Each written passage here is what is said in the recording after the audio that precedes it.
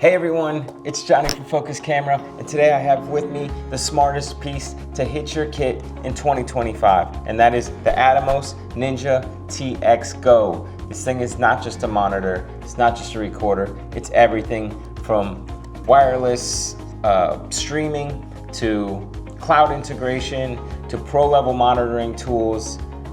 We're talking ProRes RAW recording. I mean, this thing can do it all, and it's packed into this one compact beast. So let's take a closer look. First off, let's talk ports and physical design. The Ninja TX GO includes a locking cable system. These brackets help keep your HDMI and USB-C cables from bending down and damaging the ports over time. The Ninja TX version will include SDI ports right where these circles are. The TX GO version does not have SDI ports, which is the main difference between the two versions. The unit comes with supplied screws for the bracket. You also have a USB-C port as well as a 45-watt power delivery port. There is a button to release the NPFL battery, and there's wireless. Atomos includes 2 Wi-Fi antennas and 5 antenna tips set in different colors: black, white, yellow, green, and red. Great for color coding rigs. You have a second USB-C port, which I use to connect the camera control because it's on the same size as my camera's USB-C port. We have an HDMI input and output, and even a CFexpress Type B card slot, finally giving us an ultra-fast internal media recording while keeping the body compact. And you have mounting screws. There's a tally light built in. It turns red when you're recording or live streaming, and green in preview mode. You have your remote trigger port, headphone jack, mic/line, and power button. To power up, just press the power button for a second. Once the camera is on, if you tap the power button, it will lock or unlock the screen. To power down, simply hold the power button for a few seconds. Now let's talk about recording. We have our different codecs and compressions. We have ProRes. We have ProRes RAW. That's my favorite one. And then we have Avid DNX. We have H.265. We have, I'll put them all up here, all the different codecs, all different frame rates. Pause the video, take a look at it for a second. The build quality is compact. It feels solid in hand. It's rugged. It is an electronic, so you don't want to drop it from high distances off your monitors or whatever, but it can take a little bit of a beating. It's got some durability to it. I like that. It is a 5.2-inch touchscreen monitor.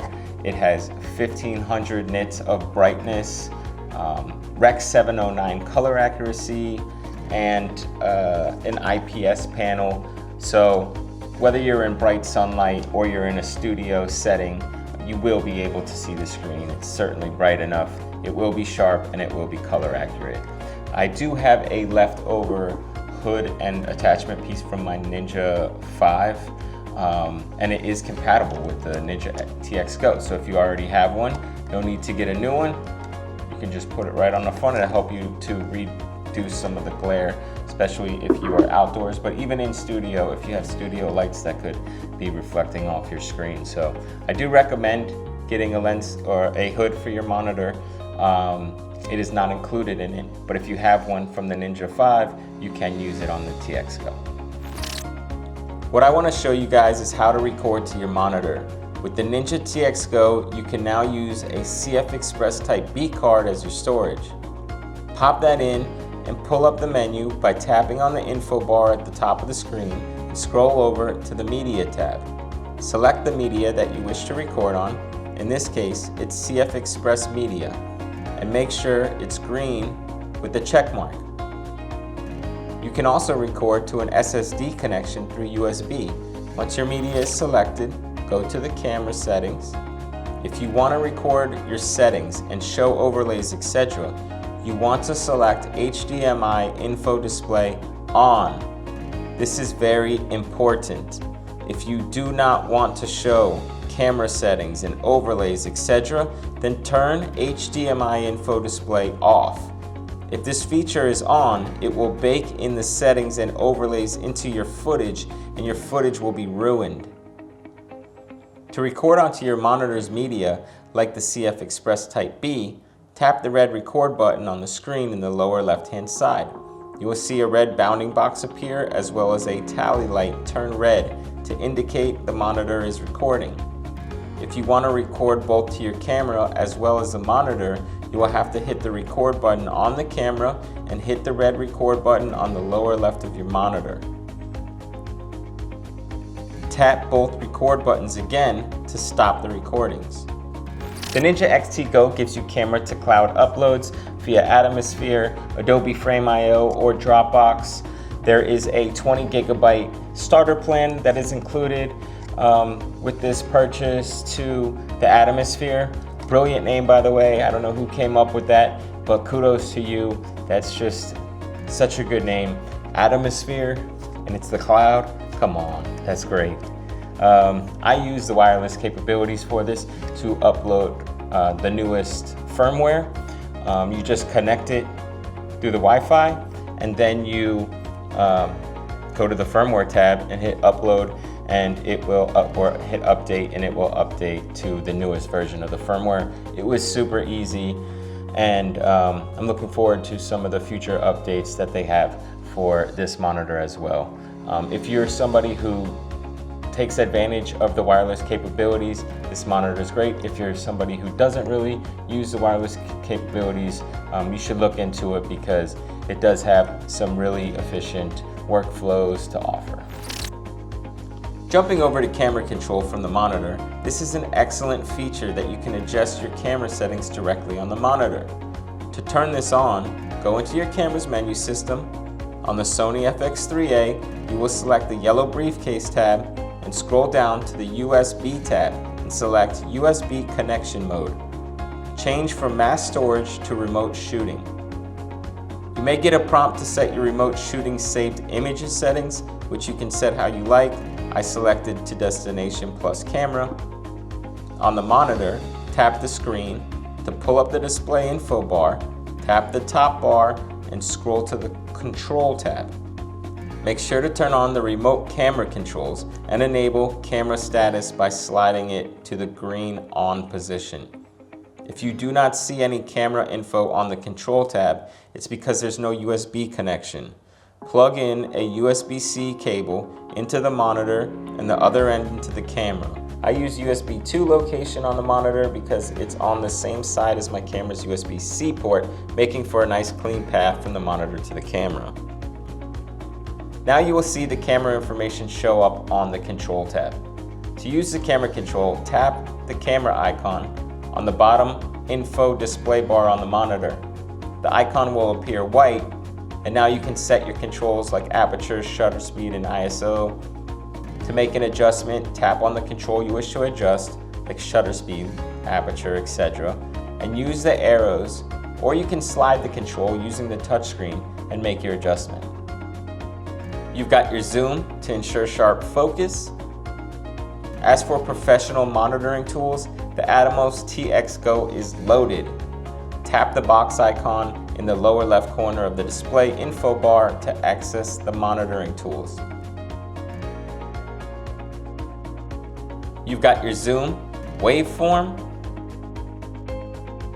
RGB parade, vector scope, focus peaking,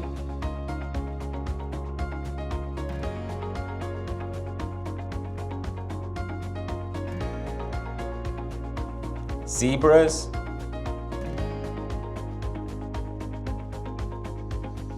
let's crank this exposure so you can see it easier.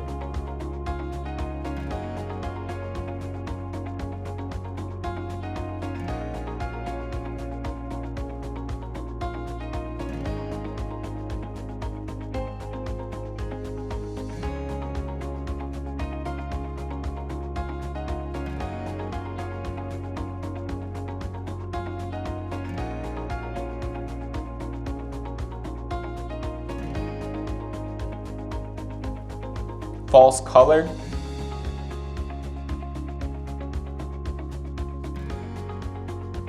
frame guides,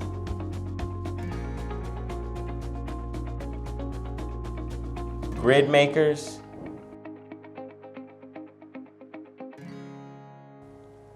SMPTE safe areas, D-squeeze for your anamorphic shooters,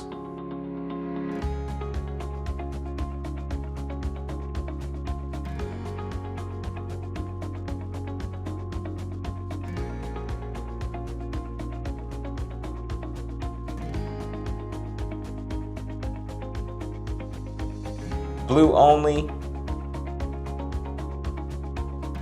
frame grab, and onion skin tools.